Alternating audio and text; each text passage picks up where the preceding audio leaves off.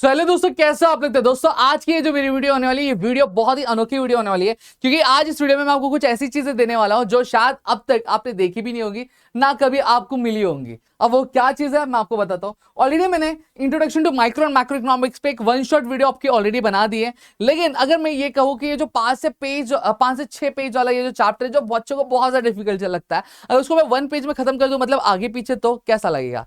तो देखो, ये हमारा हो गया और ये बस खत्म। मतलब एक पेज पे पूरा का पूरा मैंने माइक्रो इकोनॉमिक्स कर दिया और एक पेज पे पूरा का पूरा मैंने मैक्रो इकोनॉमिक्स कर दिया, और यहाँ पे हमारी पूरी की पूरी चीजें जो है मैंने यहाँ पे कवर कर दी है। आइए मनीष भाई, जाइए जाइए, कोई दिक्कत नहीं, जाओ। ठीक है भाई, लाइट वेट खराब हुआ तो इनको ही पकड़ना।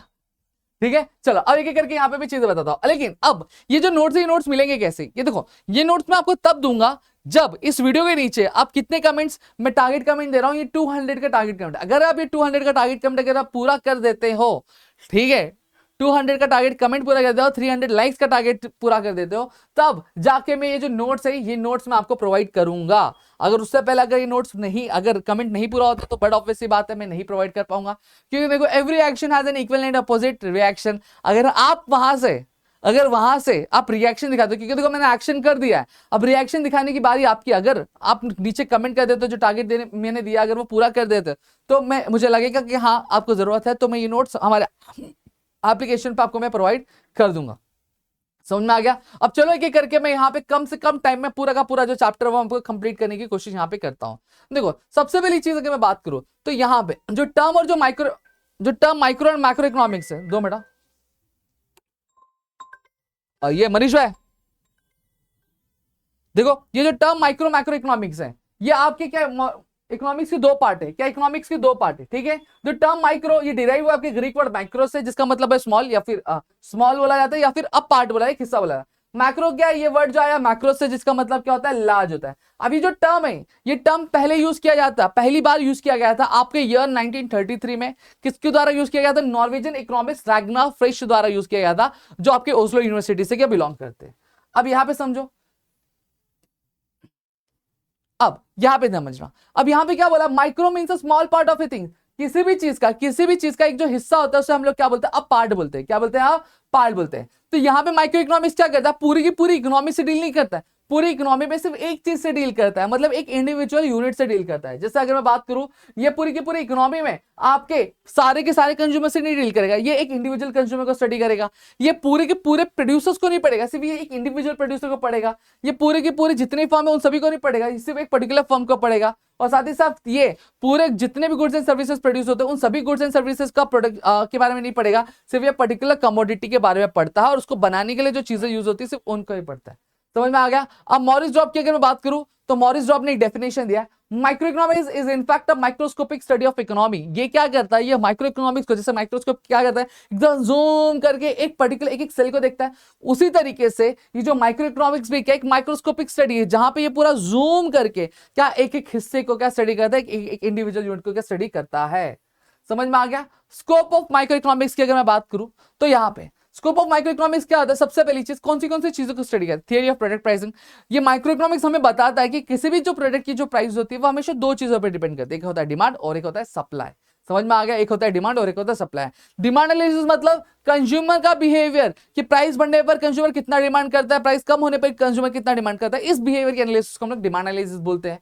फिर सप्लाई एनालिसिस मतलब क्या होता है, प्रोड्यूसर का बिहेवियर, कि अगर प्रॉफिट ज्यादा मिल रहा होगा तो कितना प्रोड्यूस करता है, और प्रॉफिट कम मिल रहा होगा तो कितना प्रोड्यूस करता है, इस चीज को। फिर theory of factor pricing. Factor मतलब क्या होता है, ऐसी कोई भी चीज जो प्रोडक्शन में हेल्प करता है, उसको हम लोग बोलते हैं फैक्टर्स ऑफ प्रोडक्शन।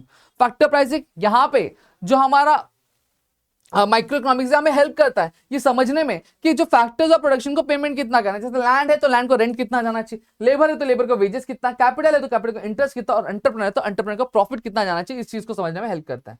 फिर आता है theory of economic welfare. Theory of economic welfare मतलब क्या होता है, कि कैसे एक ह्यूमन की जो स्टैंडर्ड ऑफ लिविंग है वो कैसे बढ़ाई जा सकती है, इस चीज को हेल्प करता है। समझ में आ गई। कब बढ़ाई जा सकती है, जब एफिशिएंसी कंप्लीट हो।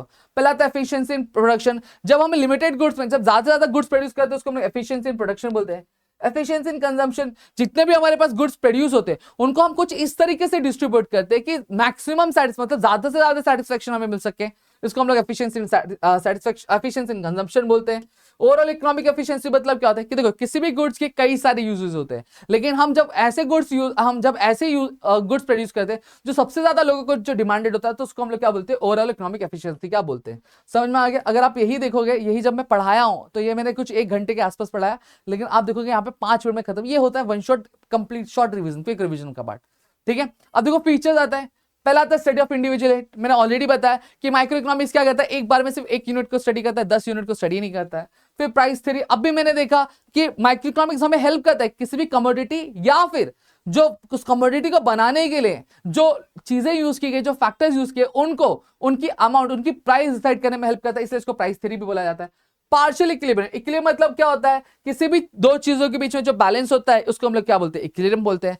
पार्शियल इक्विलिब्रियम मतलब क्या होता है कि यहाँ पे माइक्रो इकोनॉमिक्स एक बार में दोनों फैक्टर्स को नहीं स्टडी करेगा, वो सिर्फ एक बार में सिर्फ एक ही फैक्टर को क्या स्टडी करता है, यही बोला गया है, इसलिए partial equilibrium. Based on certain assumption, micro economics जब भी स्टडी करता है तो वो क्या मानता है कि एक पर्टिकुलर चीज का, जैसे किसी भी गुड्स की अगर डिमांड कम या फिर ज्यादा होने के लिए कई सारे रीजंस होते हैं, तो वो क्या करेगा, वो सिर्फ एक फैक्टर को लेकर स्टडी करेगा और ये मानेगा कि बाकी सारे फैक्टर्स में कोई भी चेंज हो रहा नहीं है। इसी चीज को हम लोग क्या बोलते हैं, इसी चीज को हम लोग सेट्रिस पेरिबस बोलते हैं या फिर अदर थिंग्स रिमेन कांस्टेंट बोलते हैं। स्लाइसिंग मेथड मैंने ऑलरेडी बताया कि माइक्रो इकोनॉमिक्स क्या करता है, पूरे 5 मिनट, ठीक है, पूरे के पूरे इकोनॉमिक्स को एक बार में नहीं स्टडी करता, वो इकोनॉमिक्स में से एक हिस्से को स्टडी करता है। जैसे एक पिज्जा है तो पूरे के पूरे पिज्जा को स्टडी नहीं करेगा, वो एक टुकड़े को करेगा, उस टुकड़े को क्या बोलते हैं हम लोग, स्लाइस बोलते हैं। और इसी स्टडी करने के तरीकों को हम लोग क्या बोलते हैं, स्लाइसिंग मेथड बोलते हैं।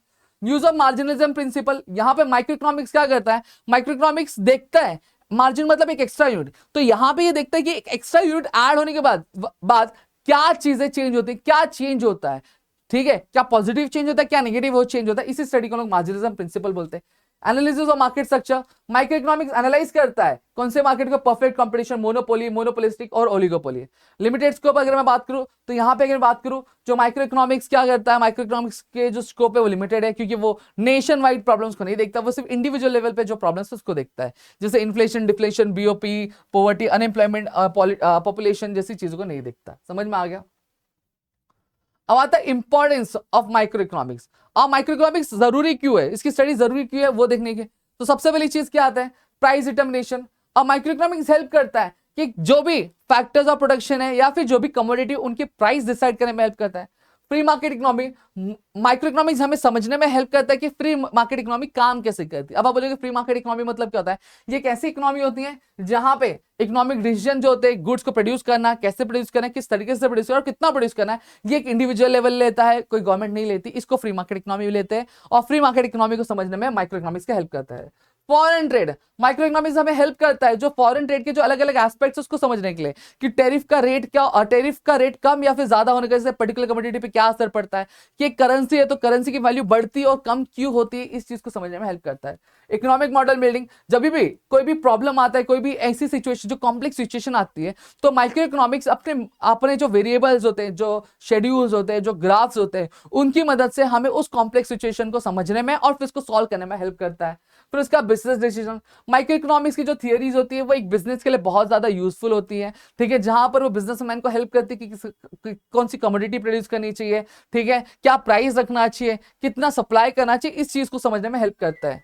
फिर आता है यूजफुल टू गवर्नमेंट। अब यहां पे अगर मैं बात करूं तो माइक्रो इकोनॉमिक्स क्या हेल्प करता है गवर्नमेंट को भी, क्या अलग अलग इकोनॉमिक पॉलिसीज बनाने में, टैक्सेशन पॉलिसी होगी, पब्लिक एक्सपेंडिचर पॉलिसी होगी, प्राइस पॉलिसी होगी, ये सारी चीजें।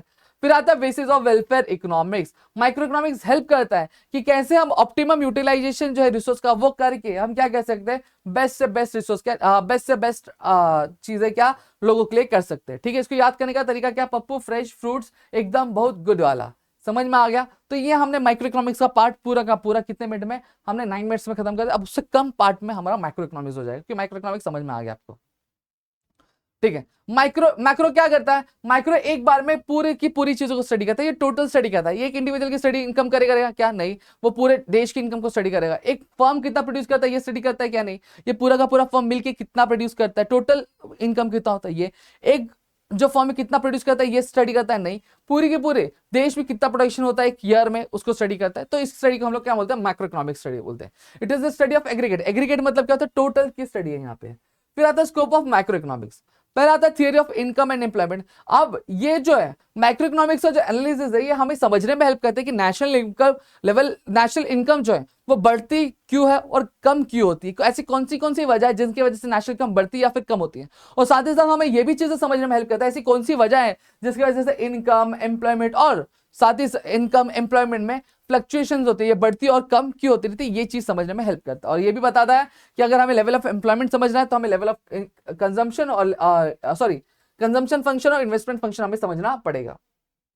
Theory of general price level मतलब क्या होता है, एक पूरे अकाउंटिंग ईयर में, ठीक है, एक पर्टिकुलर ईयर में सारे गुड्स की जो एक एवरेज प्राइस होती है, जो भी गुड्स प्रोड्यूस हुए रहते हैं उनकी जो एवरेज प्राइस होती है उसको हम लोग जनरल प्राइस लेवल बोलते हैं। अब ये जनरल प्राइस लेवल बढ़ती क्यों है और कम क्यों होती है, ठीक है, और क्या वजह है इसके पीछे, इस चीज को हमें समझने में माइक्रो इकोनॉमिक्स का हेल्प करता है। Theory of economic growth and development, जब भी देश में प्रोडक्शन बढ़ता है तो उसको हम लोग इकोनॉमिक ग्रोथ बोलते हैं, और जब भी देश में लोगों का स्टैंडर्ड ऑफ लिविंग बढ़ता है, मतलब लोग पहले से अच्छा खा पी रहे, अच्छे तरीके से सर्वाइव कर रहे हैं, तो उसको हम लोग इकोनॉमिक डेवलपमेंट बोलते हैं। तो यहाँ पे मैक्रो इकोनॉमिक्स हमें ये समझने में हेल्प करता है कि इकोनॉमिक ग्रोथ, ठीक है, इकोनॉमिक और इकोनॉमिक डेवलपमेंट कैसे अचीव किया जा सकता है, ऐसी कौन सी वजह है जिसकी वजह से अंडर डेवलप्ड कंट्रीज जो है वो पॉवर्टी जैसी जो सिचुएशंस है कैसे फेस करती है और उसको कैसे हटाया जा सकता है, इस चीज को क्या समझने में हेल्प करता है। मैक्रो थियरी ऑफ डिस्ट्रीब्यूशन, अब यहाँ पे ये हमेशा मेक श्योर करते हैं कि जो नेशनल इनकम, जो टोटल नेशनल इनकम आती है उसमें रेंट, वेजेस, इंटरेस्ट और प्रॉफिट का इक्वल शेयर क्या हो, समझा, या फिर कितना शेयर है, ये समझने में हेल्प करता है। अब पहला आता है features, study of aggregates, already मैं बताया मैक्रो इकोनॉमिक्स क्या करता है, टोटल्स को स्टडी करता है, क्लियर हो गया। फिर इनकम थियरी, मैंने ये भी बताया कि मैक्रो इकोनॉमिक्स क्या स्टडी करने में हेल्प करता है कि नेशनल इनकम कम या फिर ज्यादा होने की वजहें क्या है, ऐसी कौन सी चीज है जिसकी वजह से नेशनल इनकम बढ़ती है या फिर कम होती है, इस चीज को स्टडी करने में हेल्प करता है, इसलिए इसको इनकम थियरी भी बोला गया है। फिर उसके बाद अगर मैं बात करूं जनरल इक्विटी बोला यहाँ पे, इक्विलिब्रियम एनालिसिस। अब यहाँ पे मैंने बताया था कि माइक्रो इकोनॉमिक पार्शियल इक्विलिब्रियम करता है, मतलब एक बार में एक फैक्टर को पढ़ता है, लेकिन आपका जो मैक्रो इकोनॉमिक्स है वो एक बार में सारे फैक्टर्स को स्टडी करके चलता है।